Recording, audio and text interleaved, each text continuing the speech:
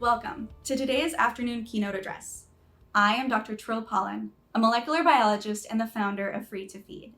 Free to Feed is helping parents navigate food allergies by creating a test strip that will allow moms to test their breast milk for the presence of allergens at home. As a military veteran and business owner myself, it is my distinct pleasure to introduce Dr. Linda Singh. With over 30 years of leadership, consulting, and systems integration experience, Dr. Linda Singh offers a blend of public and private sector experience that spans health, defense, state, and local government. She is a high school dropout and one-time runaway who found a path to leadership. Singh, who took charge of the Maryland Army National Guard after 2 years of service in Afghanistan, shares her story and lessons in leadership with us today. Linda is the founder and chief executive officer of Kaleidoscope Effect and is currently transitioning from the interim executive director and CEO of TEDCO, focused on investing and helping to grow early stage technology and life sciences companies to fuel economic development and growth. Prior to that, she served as the Major General in the Maryland National Guard, dedicating more than 38 years of service. As the Adjutant General and a Cabinet Secretary, she was responsible for the Maryland Military Department. As a part of her military role, she worked with senior level officials at ministerial and ambassador levels in Estonia and Bosnia, developing country strategies under the Department of Defense State Partnership Program. Dr. Singh retired from Accenture in 2016. She was managing director in the Health and Public Service North America Operating Unit, where she served 21 years. Dr. Singh holds a bachelor's degree in business, a master of business administration, a master of strategic studies, and a PhD in industrial and organizational psychology. She is the author of Moments of Choice, My Path to Leadership, and What's in Your Box, which is scheduled for early 2020 release. Her books are available for purchase in the virtual Boise State Bookstore in the Expo Hall. Dr. Singh has received numerous awards. Among them are the 2013 Diversity MBA Top 100 Under 50 Diverse Emerging Leaders, the Network Journal 25 Influential Black Women in Business Award for 2014, and the recipient of the Ellis Island Medal of Honor for 2015. She was also inducted into the Maryland Women Hall of Fame in March of 2015. She was also featured on today's show for her history-making leadership team and named one of InStyle's Badass 50 in July of 2019.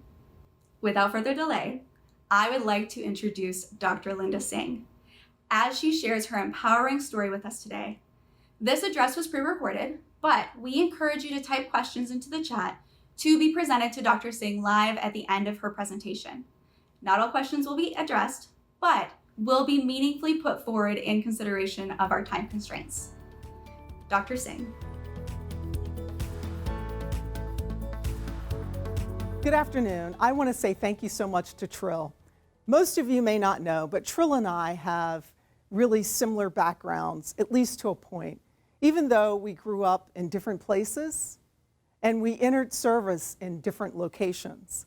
But what is interesting is that both of us came out of sexual abuse, joining the military at a very early age. So I realized that her and I both joined the National Guard and the Army National Guard at age 17. And so to that, I want to say, Trill, thank you for your service. And it is an honor to have been introduced by you. So everyone, that really brings me into my story.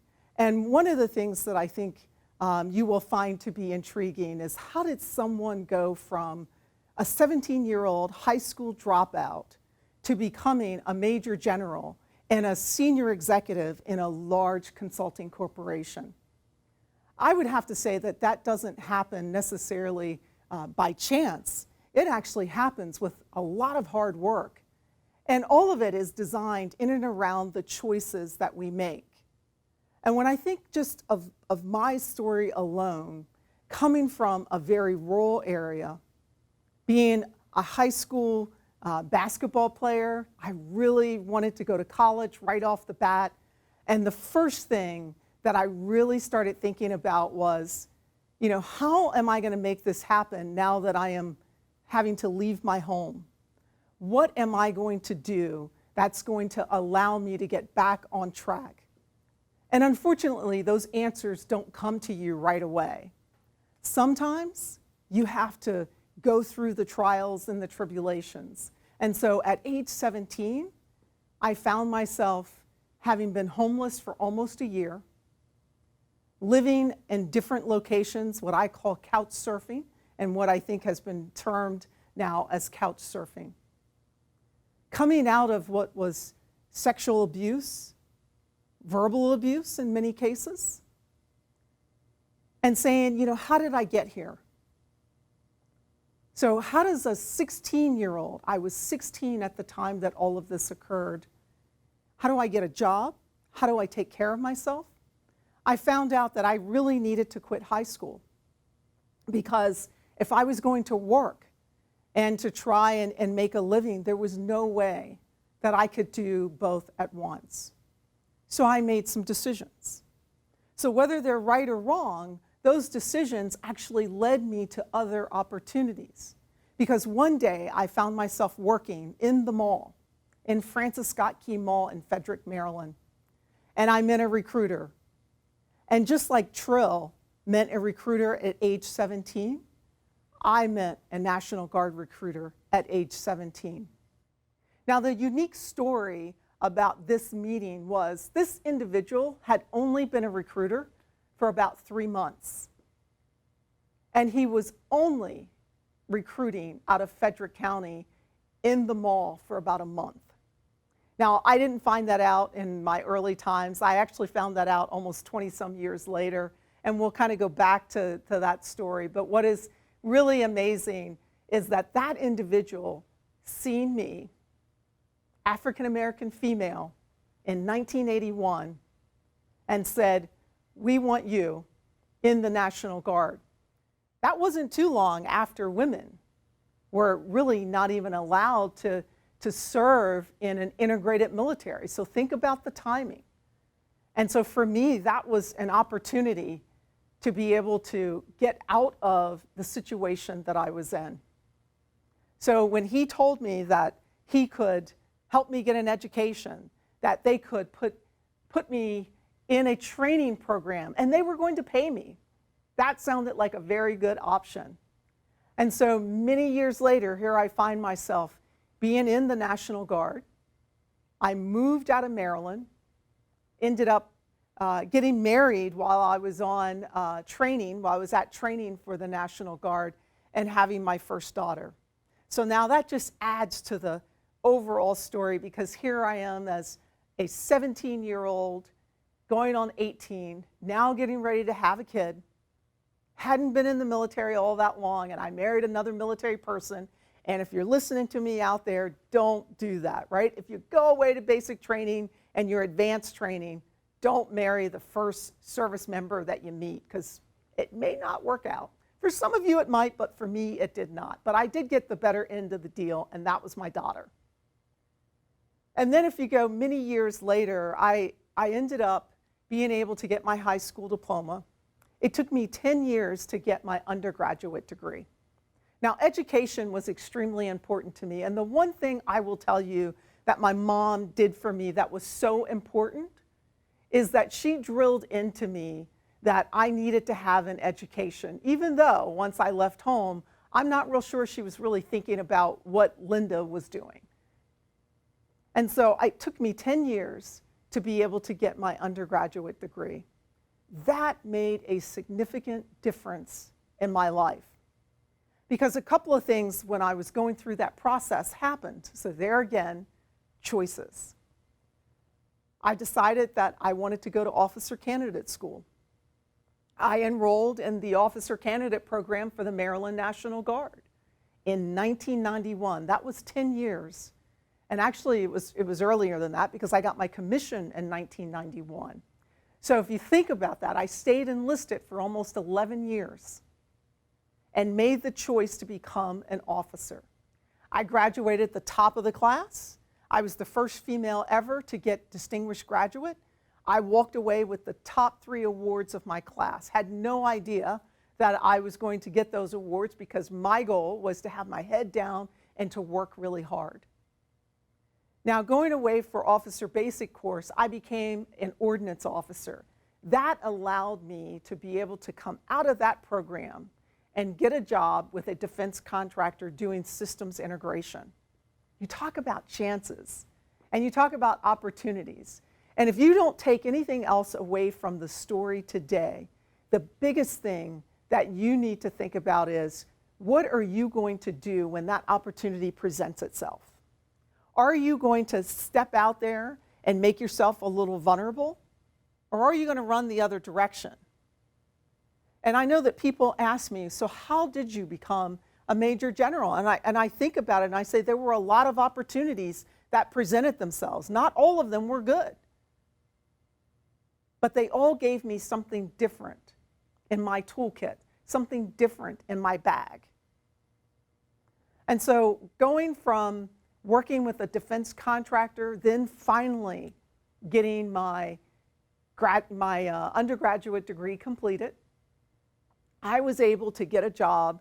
I ended up being recruited to apply for a job at a consulting company.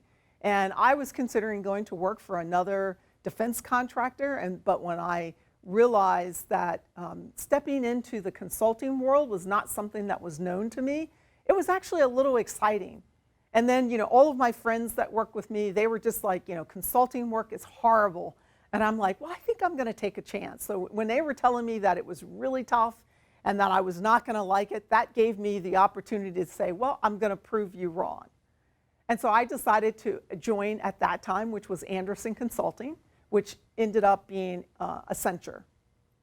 I worked at Accenture for 21 years, actually developing my skills, leading some of the largest systems implementations, and becoming a managing director, or at that time, what we were calling a partner. Now, I enjoyed my time working for that organization, but I do remember when I got the amazing opportunity to actually leave civilian government and go work for defense. When you talk about the stars aligning, being able to continue to serve a dual career, part of it military and part of it working as an individual in the defense space, that's where, to me, the stars align. So if you ask me, how did that mobility happen? How did some of that momentum happen? It was really about those stars aligning, and then I was in my element. I found that systems implementation work came very easy to me. I enjoyed it. I enjoyed watching teams go from having zero to being able to transform their organizations. I enjoyed building those client relationships, and so I started really thriving. And right at the height of that, I was then deployed for the very first time to Kosovo. Now, that wasn't a combat deployment, but it was an awfully long deployment, an awful long rotation. I was away from home for 16 months, and I was away from my civilian job for 18 months. Now, who would have ever thought during this time, being away from home, that I would have been able to continue to flourish, continue to grow? During that time, I was selected to go to the Army War College. And when you start in at the Army War College, one of the things that they tell you is the workload. It's just unbelievable. And so I tried to get out of going to the Army War College and getting it delayed so that I could get the deployment over with. And all of my senior folks that were in charge of me, we were actually having a conversation, or I should say, they were having a conversation and I was just standing there. And all the generals were talking about why it was not a good idea for me to delay going to War College. And so they decided at that moment that I was not only going to deploy, I was going to do the distance education War College along with it. And when I really think about that, I was dreading it. I'm going to tell you, it was hard, it was tough. But the worst part is this was the first time that I was going to be away from my family. And when I say away from my family, away from my girls, because by that time I had been remarried, I had 2 daughters, and it was, I'm there stepping away for over a year to leave the care of my daughters with my husband and I love my husband, but let me just tell you, leaving 2 daughters with a guy, and my oldest daughter was just joining the police force in Maryland. My youngest daughter was just getting ready to go into middle school. And the only thing I could think of was, oh my God, what am I doing? So I deployed, and that was a tough deployment. It was enjoyable. I grew. So many things, happened. I was so busy for that year's time frame. And, coming back from that deployment, I really was I didn't really lose stride. And during midway through the deployment, I actually got a call or had a call set up with the Accenture partner that I was working for to let me know that I had made partner that particular year while I was gone. So that was a really good opportunity. I couldn't believe it. And then he also told me that when I was returning from deployment, they couldn't wait to get me back because they wanted to get me to transition into leading the Army account.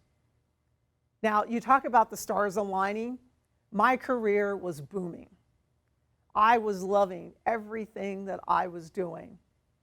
And when I think about leading an account with an organization that I have grown up in, being able to make a difference in some of the decisions and some of the policies and helping them to move those things along is, to me, one of the greatest opportunities. And so I actually worked in the Army account for over 8 years. Then I got a chance to go on and lead another account.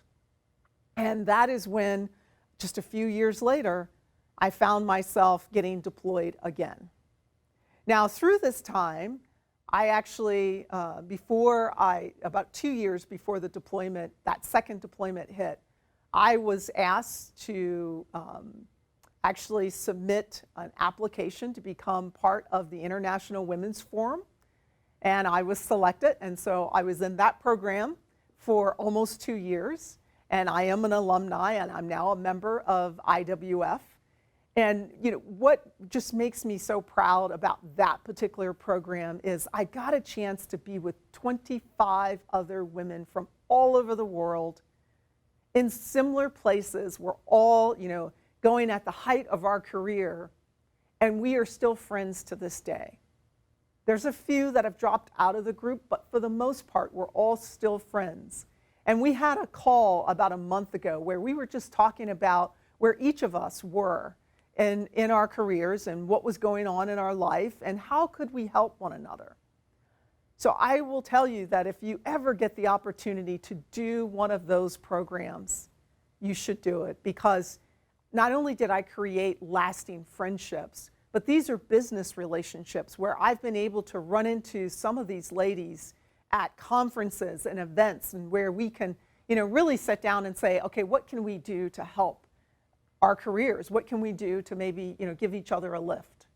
And so it's just been amazing. Even though we don't get a chance to see each other often, every time we come back together, whether it's a call, whether we do get a chance to do an in-person, maybe a happy hour, I think that we pick right back up where we left off. And so we have this bond that was formed over that program. Right after the program ended, I was deployed to Afghanistan, which is a combat deployment. And that particular deployment, when you're in that mode, and I think that if you were to ask Twill, she would tell you that when you're on those types of deployments, they're very tough. There is no place that you can be in any of those countries where you are not going to come out being a changed person. And I will tell you, I was working out of Kabul, which is the operations center, and the group that I was in, so I was the only female in my particular group. I was in the current operations group, and I worked with all the leads, the special operators, and we were the ones that were looking at the missions and looking at what was happening out across Afghanistan. We were the ones looking at the plans that the Marines, or if it was any of the Army units that were going to be executing. And we were also the ones that got to see all of the numbers and the names of all the casualties, not just from the US forces, but from all of our partner alliance countries, as well as the Afghans who were working alongside of us. And when you see that day in and day out, and then when you lose a team member, it takes a toll, which was really the inspiration for me writing my first book. And it's why I'm really talking to you about choices, because we all make choices. And sometimes they're good and sometimes they're bad. But I will tell you, I don't regret not one single choice that I've made in my life.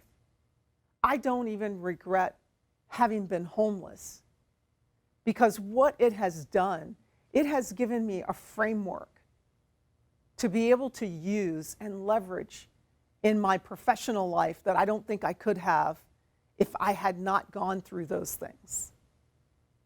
And I say gone through those things. And so while I was at Afghanistan, that's when I actually found out that I was going to make general officer. It was a surprise to me, because by my calculations, I was thinking if they were going to ask me to put in my packet for general officer, it would have been another year or two down the road. And when I got home for Christmas, I actually came home on Christmas break, so I took one of the earlier leaves during my time in Afghanistan. And no sooner than I walked in the door is when I really got the email from the Maryland Guard leadership saying that I needed to put in my packet for general officer in this next cycle. Now, that there again caused me to start thinking about things, and I was just thankful for being asked. And you never know if you're going to make it through the cycle or not, make it through that cycle. But I did make it through the cycle. And here was the thing that was causing me to have to make a change, is I could not go back in without getting into potential conflicts of interest and going back in and working in the defense space. So I had to there again shift on the civilian side to accommodate that military professional side. And while those two things still were going hand in hand, I just had to make a change. And so that is when the leadership decided that they were going to have me work an internal role as a director of operations for a portfolio group. And then about a year after being back, and it was a tough transition, and they gave me plenty of time to try to get my bearings about myself. And I will tell you that I didn't realize how tightly strung I was coming back. And I actually had to come back out of Afghanistan early on a medical. And there were just so many things going on. And, some of my friends around me, some of my coworkers were the ones that, when we would have lunch or whatever, and it wasn't at the time that it was going on. They were just very supportive. But a few months later, when things started to relax a little bit and I started figuring out how to take things down, to ratchet it down and not be so wound up, they actually told me, they would go, yeah, when you came back, you were tightly wound. You were, pretty high energy, and you don't necessarily see it. And it's funny because they didn't chastise me for it. But what I did find is that they were always, always supportive. And so then my time at Accenture, I continued to move up and become the director of operations, leading, and I say leading and really working for the lead partner for the health and public service operating group at the North America level.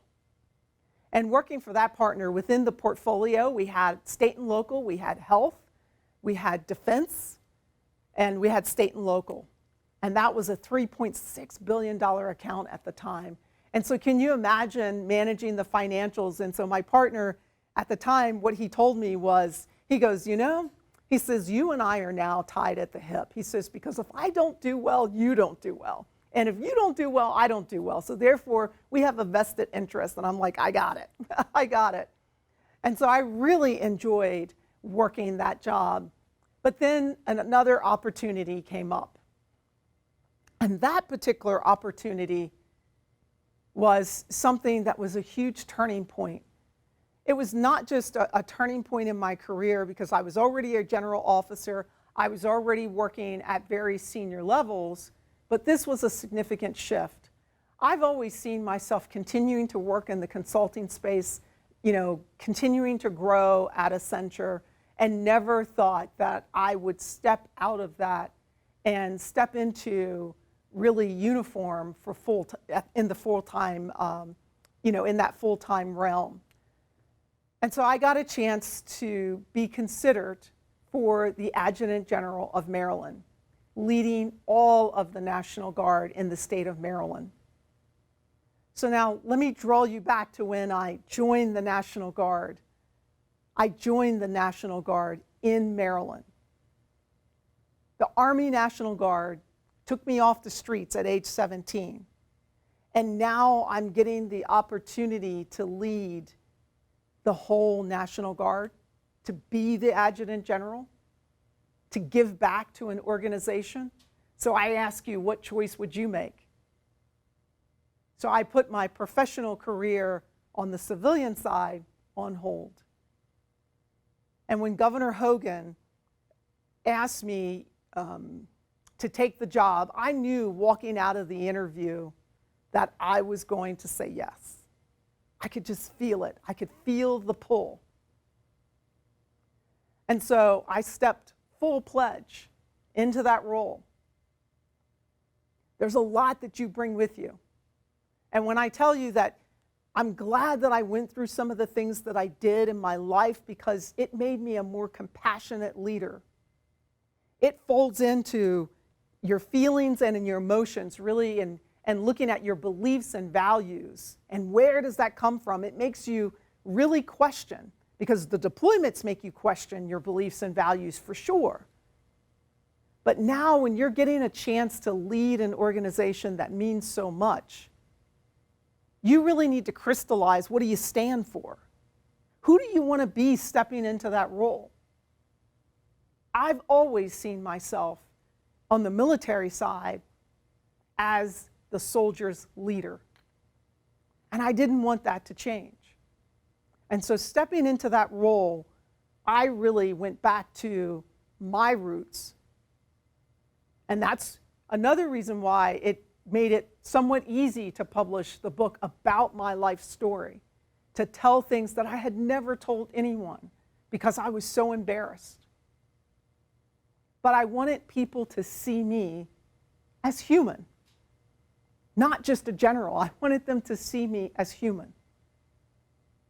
And I will tell you that that made a huge difference when in March of 2015, my very first, it was really 91 days into the job as the Adjutant General, when the civil disturbance in Baltimore hit. Now, when you're in the midst of chaos that's going on around you and you're asked to step in to support the local level, and we see it today. So everything that's going on today throws me back to the 2015, what we were doing at that time when we were asked to mobilize and put almost 4,600 on the streets in Baltimore. I will tell you that what made me successful then is all of those experiences that I brought along with me. I was able to leverage who am I? I was able to talk about that. I was able to say, well, I know what it's like being on the streets. While I may not have been in Baltimore on the streets living, I was in a different city living on the streets. My place to go where I grew up, really for those last few years before going into the military, was in the projects. That was my home.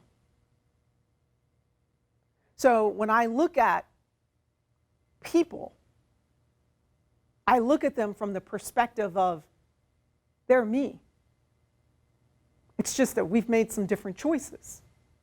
And maybe some of the opportunities were different. Maybe my values.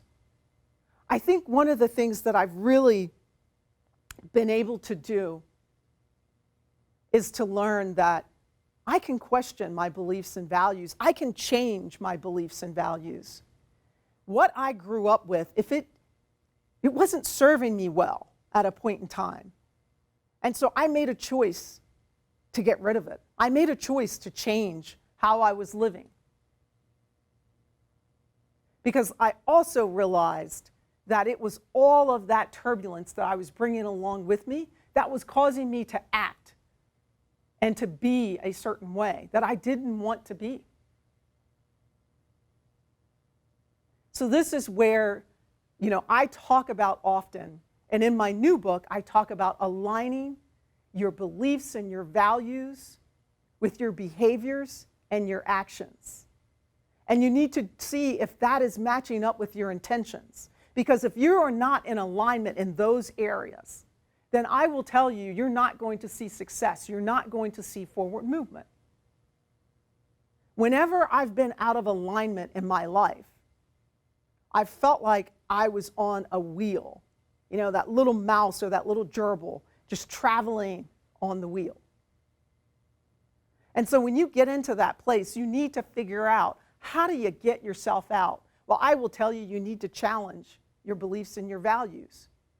You need to ask yourself, are they serving you well? Because if they're not serving you well, you need to get rid of it.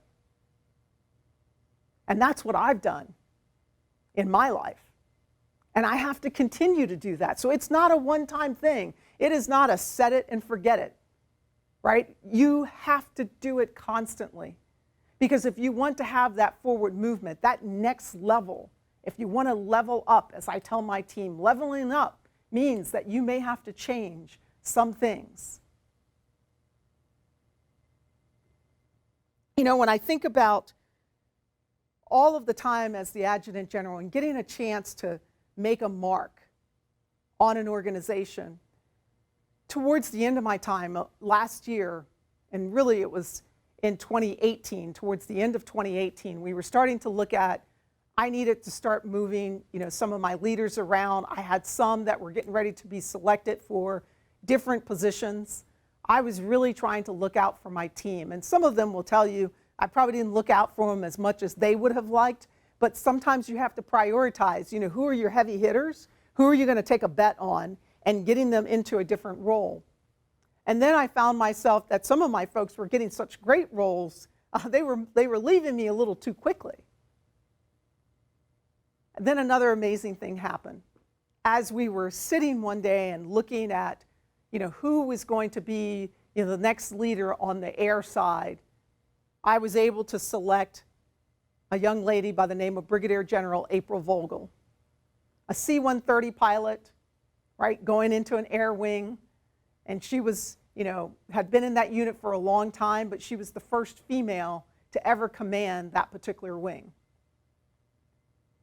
And then a few months later, I got a chance to select Brigadier General Janine Burkhead, an amazing officer, chemical officer with a logistics background. She works on the civilian side in the government space, and she works in EEO, in diversity and all of those areas. And so she is someone that has actually followed me in a number of the positions that I've had over the last 15, 20 years.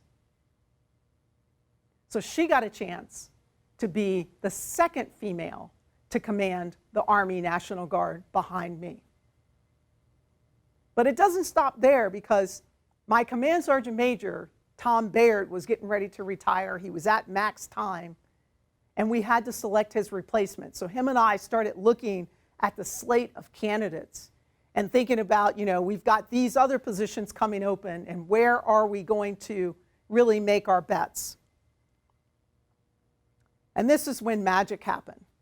Because when I seen that we potentially were going to have, for the first time, the top 4 positions in the Maryland Guard be female all at once, I had to have some conversations, making sure that folks knew. Had a conversation with the governor just to make sure that he knew, hey, sir, here's what we've selected. This may happen.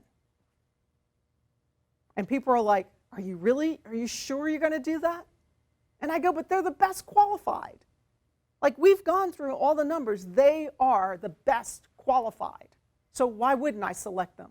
And why are you having this conversation with me? Because if it was all males, you would have never, ever asked me, why am I selecting them? But you should be. You should be asking me, why didn't I select more females along the way? And so for the first time ever, I get this history-making, all-female command team. And part of my job, which some don't particularly agree with, but that's their problem and not mine, was to prop them up. Because I knew that right after that, I was going to be retiring.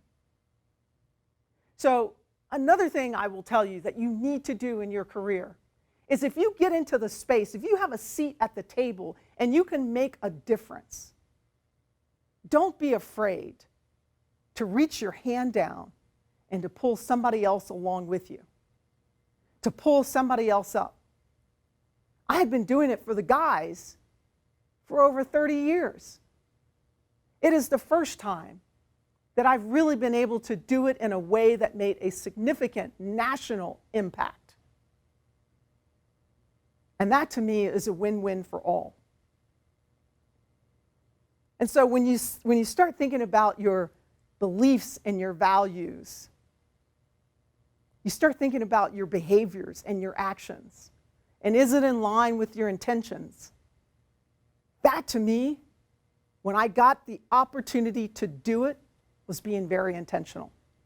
It was being intentional about sending a signal that I shouldn't have to be worried about, oh, I'm selecting all female. Even if, yes, they were all qualified. They were more qualified than some of their male counterparts. But I have to justify it. And I have to defend it. And even to this day, I'm still having to defend the decision that I made. But you know, I know when I've done the right thing. So I have on me, right here in front of me, this box. So I turned another year older earlier this year, as all of us do. And you know, my new book is called What's in Your Box. And when I left last year and I retired, all of my leadership team, not just the top 4, all of them got a box with something in it, to include the governor and the lieutenant governor. Because, you know, our lives are very much like empty boxes. And if we don't put into our life, if we don't put into the box, we can get nothing out, right? It remains an empty box. And our lives will remain empty if we don't put something into it. And that means we have to do the work. And so my daughters, they're so amazing. Shanice and Tara. They gave me a box. Now I have many boxes. And I kind of collect boxes. And so this one is really special. Because one of the things that they did for me at the time that I probably needed it. So it was this year, the first time that I'm not in uniform, and we have a pandemic hit. And the guard in Maryland is called up. And I'm sitting on the sidelines. Well, not exactly on the sidelines, because I am on the governor's advisory committee and a number of other things where I'm working quite a bit. But the big thing is that I'm not in uniform. And that took me back a little bit earlier this year. I felt like I wasn't doing enough for the first time. And I think my daughters kind of sensed that. They sensed that I was in this space of being uncomfortable for probably the first time in 38 years. And so they gave me some, in my box, this is what they've put, a couple of other things, but they gave me this envelope. And on the envelope it says, how you're seen by those in the world. And inside even though on the back side it says careful dopiness inside, this is my oldest daughter and the youngest putting this together. But I take this out often and I look at it. And each word, there's pieces of paper, and so I talk about the chits of being able to pay something to yourself. So you put a chit in the box that's about a goal that you need to be able to accomplish. And when you accomplish the goal, you get to take it out. So what they did is they gave me chits to show me how much I've put into my career and my life, and this is how others see me. So they were basically paying it back to me. And it talks about being driven, being passionate, being fierce, being confident, being legendary, being a shero, a phoenix, loving, loyal, determined, dedicated, family-oriented, beautiful, shatters glass ceilings, compassionate, strong, a something kicker, if you know what I mean, inspiring, ambitious. And I will tell you that you all are all of those things as well. You need to believe it. And so anytime that I get down on myself and I want a reminder of how others see me, no matter if I think I'm not making a difference, I pull out that little envelope just to remind myself how much of a difference I am making in the world. And I know that it is extremely hard, but if we keep pushing forward, we will be able to accomplish amazing things. And so I'm going to end with the last piece, the last chit that they gave me, which I think is so fitting, because my call sign in the military was Relentless 6, which stood for the commander. And to that, the last one is relentless. And we are going to be relentless in our pursuit of success. And I want to thank you so much, and I am ready to take your questions. Thank you.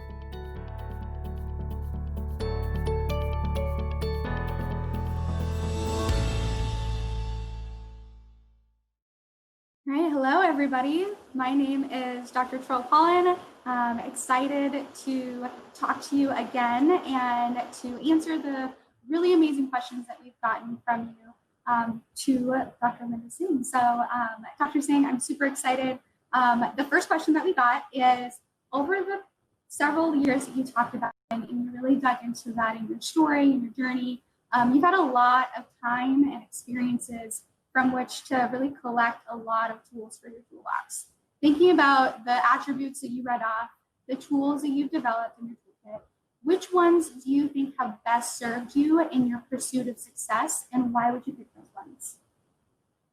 Yeah, I would say that, and so first, Trill, I want to say thank you, and it's so good to be able to really, talk with you again here today. And I would say that the first one that comes to mind for me is this whole thing of being resilient and understand what resiliency truly means, because it does mean different things to different people. And so resiliency is one of those that I didn't necessarily realize that I had so much of, right? When you come through so many different things, and I turn around and I look back at my life and I go, how did that happen? So the resiliency, strength, just being able to be strong at the time when, you may not feel like being strong, and others need you to be strong. So sometimes being that rock and that pillar for others, which gives me, personally, it gives me that strength to kind of power through when I feel like I'm contributing to a bigger team.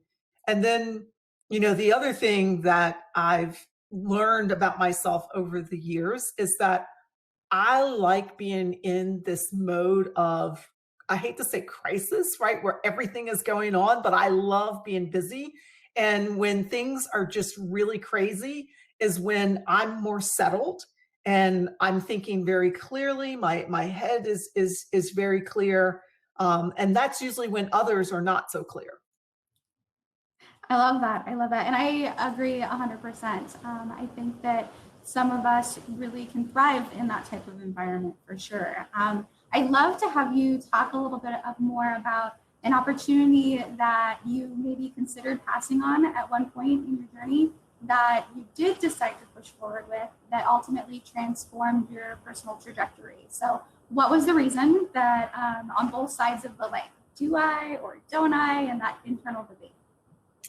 Yeah, well, when I came back from Afghanistan, not understanding what I was going to do on my civilian job, and really trying to transition back. When I got the opportunity to become the director of operations for a portfolio group, I kept thinking about it and going, I really don't want an internal role, right? Internal roles are not always thought of positively sometimes. And so I kept thinking, that I wanted to still be client facing and I wanted to still do things with clients. And I really had to get my head wrapped around, why I would be good in this role. I mean, I was second guessing myself and saying, I don't think I can do this. And if it wasn't for one of my prior bosses who was really talking with me about that, and he goes, I'm not real sure why you think you wouldn't be good at this. He said, you taught me, some of the ins and outs of all of the programs and the projects. And he says, you know, what you're doing. And so if it wasn't for him really having that level of faith in me and being able to have an honest conversation, because him and I had worked together for a very long time, um, I'm not real sure that I would have taken that opportunity. And that was like probably one of the best moves for me at the time and where I was in my career. Yeah, absolutely. I can definitely appreciate that. And that segues really well into our next question. Can you also then dig into kind of the other side of that, being talking about a time when you felt like your beliefs and values and maybe even behaviors and actions were out of an alignment with your intentions, right? So how do you go about making the changes necessary to like get back into alignment and push forward with what your real intentions should be? Absolutely. That's like a perfect question, right? Because I write about that. When I was doing a lot of things, and I'm going to say this, and, people don't think of me as being bad, but, when I think about just this whole pull between family and work, and I'm not talking my immediate family, my husband and my daughters, I'm talking that extended family. Um, and even my parents, right? I had to realize that the life that they were living is not the life that I wanted to live. And I really didn't enjoy being in that space.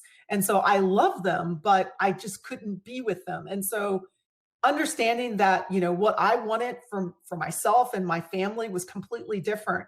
And so I had to make a choice of how do I deal with that in a way that I'm going to be okay with myself, but it's going to leave them in a place where they know that I'm there, but I'm just not going to be with them all the time. I find myself when things aren't serving me well, I work on how do I need to remove that from my space. And that doesn't mean that I eliminate people. It just means that I get to choose when I engage with them and when I don't. Yeah, I love that. That's definitely something that I think you and I have in common, learning to set respectable and loving boundaries, right? So loving for ourselves, loving for other people around us, yet still boundaries, which is super, super important. So with that, you talked about the importance of the female relationships that you've developed through your involvement with the Fellows Program. Do you think that that close-knit experience with, 20 some extremely talented women gave you a different perspective on women and leadership? And if so, how did it affect decisions you make after that experience that you had? So I would say that my engagement with women changed before that. And, I joined the our women's employee interest group at Accenture at the time. And it was being part of that group and getting to engage with other really strong women that were either more senior than I was or we were peers. And even, a good number of them were still all friends, and all of us we don't work at Accenture anymore, but there's about 10 of you kind of retreat. But what they taught me, so it's not just, the IWF group, but what this taught me was that, I needed to show up and be there for other women. Because if I had a seat at the table, like some of these other women had a seat at the table and they were supporting me, then I needed to show up and support other women because there were so few of us, right? And granted, there are more of us, but there's still not enough at the table. And so if it wasn't for some of these amazing women that showed me that we could all have it, like I don't have to be mean or nasty to them. I can be supportive to them and still be able to be successful myself. And, really talking about that and really showcasing that and not being afraid to be a woman. So yes, I wore an army green uniform, but let me tell you something. As you can see, I like my makeup. I like my jewelry. I stepped out of that uniform. I was just a completely different person, right? Because I became me. So I was me in uniform, but this is the other me. Yeah, for sure. I can relate to that as well. I would say that for me, my biggest impact in my life has been while I was 19, being deployed to Iraq, and my NCO, my E7, was a female, and she was so empowering and so supportive of me as a woman in the military, and I appreciate her to this day. She's still incredible, still amazing, and I appreciate really learning how to best support other women in roles that there aren't a lot of us, like you said, for sure. So with that, you talked about how the military took you off the streets, provided you with an education, and helped you build you into the woman that you are today. You also talked about the toughness of your deployments. What advice would you give our attendees who might have daughters considering joining the military in this time of worldwide unrest? Right. Well, so the National Guard is still responding and helping out during the pandemic, right? And the National Guard is called upon many times here on the homeland to do, floods and storms and, hurricanes and all of the other things. And so what I would say to other women is that if you have a daughter that wants to be able to enter either the Army, the Air Force, the Navy or the Marines, whatever it may be, support them. Just because there's so many challenges doesn't mean that they're going to necessarily face the same thing as somebody else. Their experiences could be completely different. But what I will tell you is that it teaches you how to be very independent. So regardless of, whether you support the military or not, it will teach you to be very independent. It will teach you how to stand on your own 2 feet. And that to me is something that you don't get in any other place. I mean, there's tons of schools, there's tons of colleges, but the experience that you get, you will carry that with you no matter how long you're in the military. And I think that is just an amazing experience. If I could give those initial 2 years that someone spends in the military, if I could give that to every student before they come out of high school, that foundation, those core values, and something that, gives them to say that their life has meaning, if I could give that to them, that would be the thing that I'd give every single kid in the US, because I think it would put them on a completely different trajectory. So that's what I would say. If you have a daughter that wants to go into the service, embrace it and support them and be there for them. I mean, I have a daughter who's a police officer and she's been on the force 16 years. And, when she decided that she was going to go on the police force, I looked at her like she had 3 heads. I was like, you've got to be kidding me. But who was I to turn around and not support her?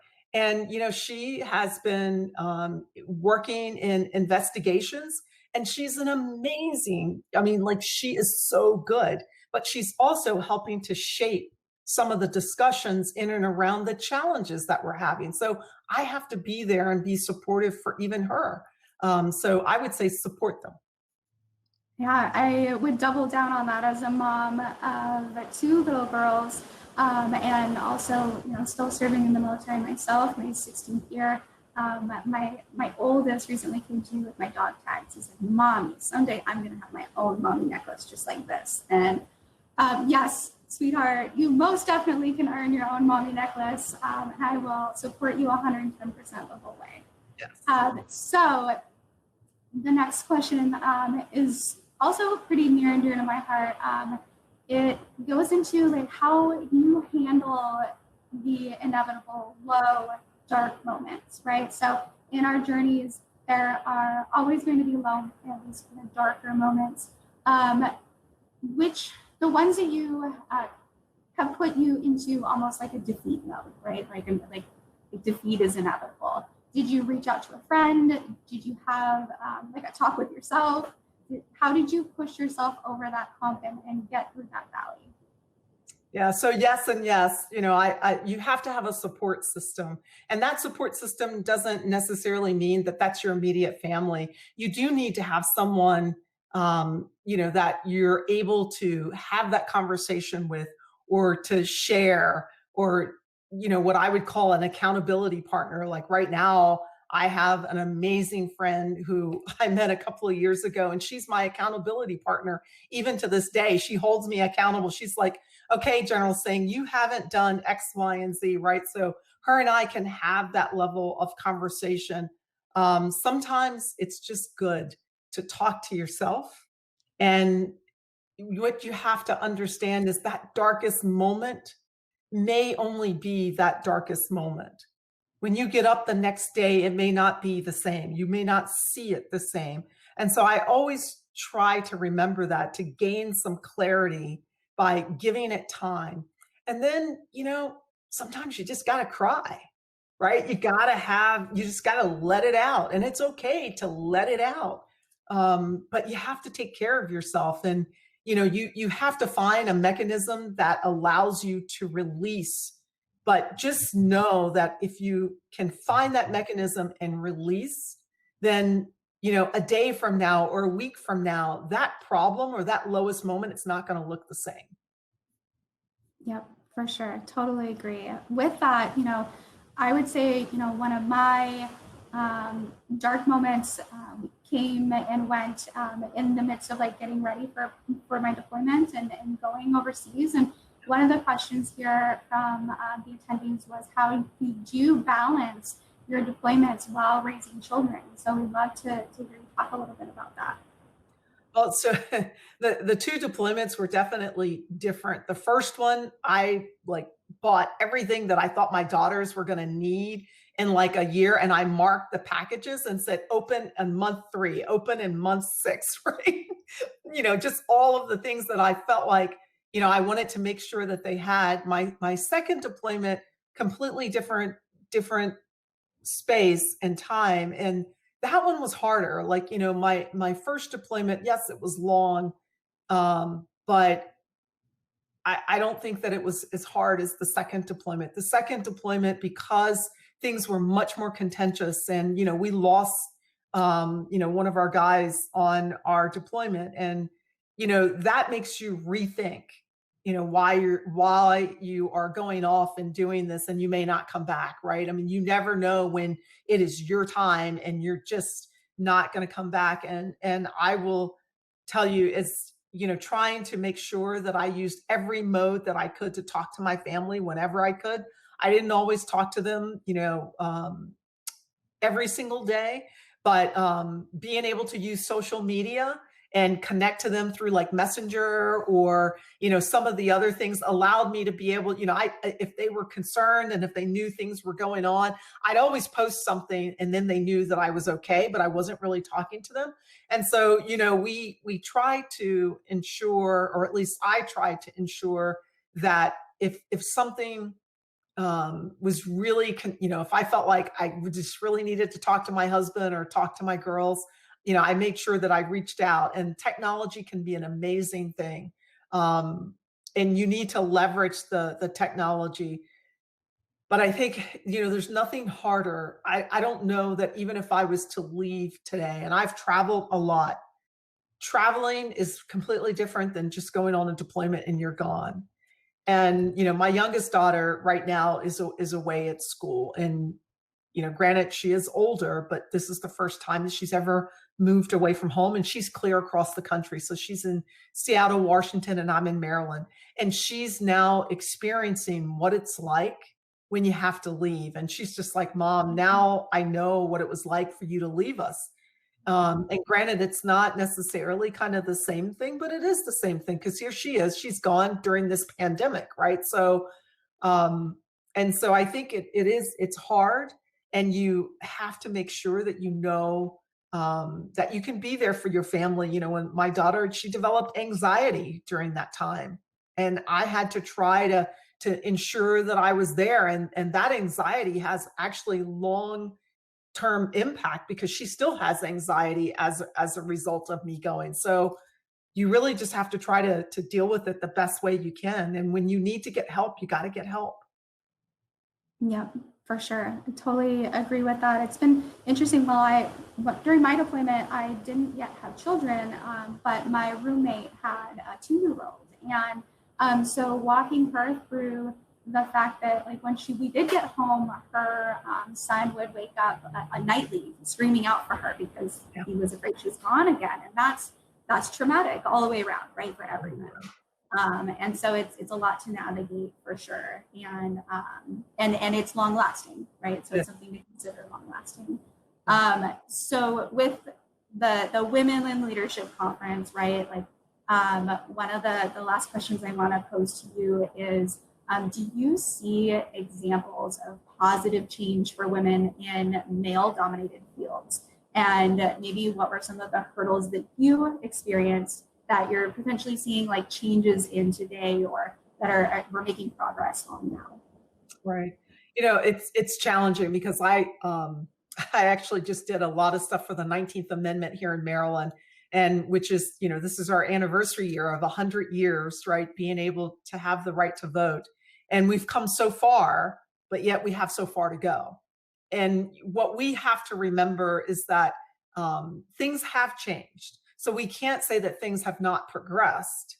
They just have not progressed at the pace that we probably would have liked. And so, when I think of some of the challenges that I've seen over, the last 38 years and, 39 years, I still see some of those challenges today, just in a different flavor, a different color or a different tenor, right? So I still see some of those challenges. They're just slightly different. And sometimes they may not be as I guess, apparent as they were then. And so, we really have to continue to move the ball forward. One of the things that we can do to make a difference is we have to vote. I know that it is hard. I know that it's going to be challenging, but we have fought for the right to vote. This is our 100th year of having the passage of the 19th Amendment, and it is our responsibility to be out and voting as women and leading the way. And so I do believe that, through adversity comes a lot of change and a lot of innovation and creativity and opportunities. And so what we have to remember is that as we go through what we're going through right now, it's going to be the women who are going to pull it out because they have the fortitude. They just keep going. And we're going to be the ones that will pull it out, and we will push things forward. And I'm not going to say that there's not going to be men standing there. That's not what I'm saying. It's just that, women are maintaining the households. We're taking care of, the schools. And guess what? Some of the dads are having to be mom dads, right? So, we're going to have to continue to push through. And that is not only is it our right to do that, but it's also our responsibility. Absolutely, I can appreciate that. And as a family with a stay-at-home dad ourselves, I appreciate that on many levels. And there's definitely a lot to be said for, I like what you said about the different flavor, right? So there's so much by way of microaggressions today that now we can almost sugarcoat our aggressions towards one another. And so I think it's so important for us to identify and then stop those, kind of dead in their tracks as soon as we see them. That's incredibly, incredibly vital. With that, I'm curious about if you felt throughout your journey that, either because of microaggressions or other issues with your career, did you ever feel like you were being pressured into a choice that you didn't really want, or being asked to do something that was kind of against your core values? And how did you navigate that situation? Yeah, I mean, early in my military career, I actually had an NCO that came on to me. and he was my supervisor. And when I say he came on to me, he actually called me at home because I didn't want to go to some car show or whatever it was with him. And I remember thinking, oh my God, what am I going to do? And am I going to stand up for myself? And, when he called me, I let him have it. And I knew that there was going to be potential consequences, meaning, he could have went back and said anything. Not only did I let him have it, and I kind of threatened him and said, if you call me again, I'm going to have your job. And then I went and actually told the first sergeant and said, what happened. And I felt like, what? I'm going to suffer whatever consequence that comes from this, because I'm not going to let him, one, destroy me, and then two, to put me in a place where I don't want to be. I had already came out of sexual abuse, and someone stole my life kind of from me at that point. I wasn't letting it happen again. And maybe that's kind of the thing that's kind of really, pushed me, is that I know what it was like to not feel like I was in control. And I have vowed to never, ever let that happen again. I'm not letting someone take that from me. And so when I feel like when I feel like not just my values are being challenged, but my integrity is being challenged, I'll stand up for myself. And I try to make sure that I do it in a way that's going to leave me at least in a respectful place. But if I choose that it's going to be a little tough, I mean, there are times when I've had to kind of do that. Then you have to say you're going to take the consequences that comes along with it.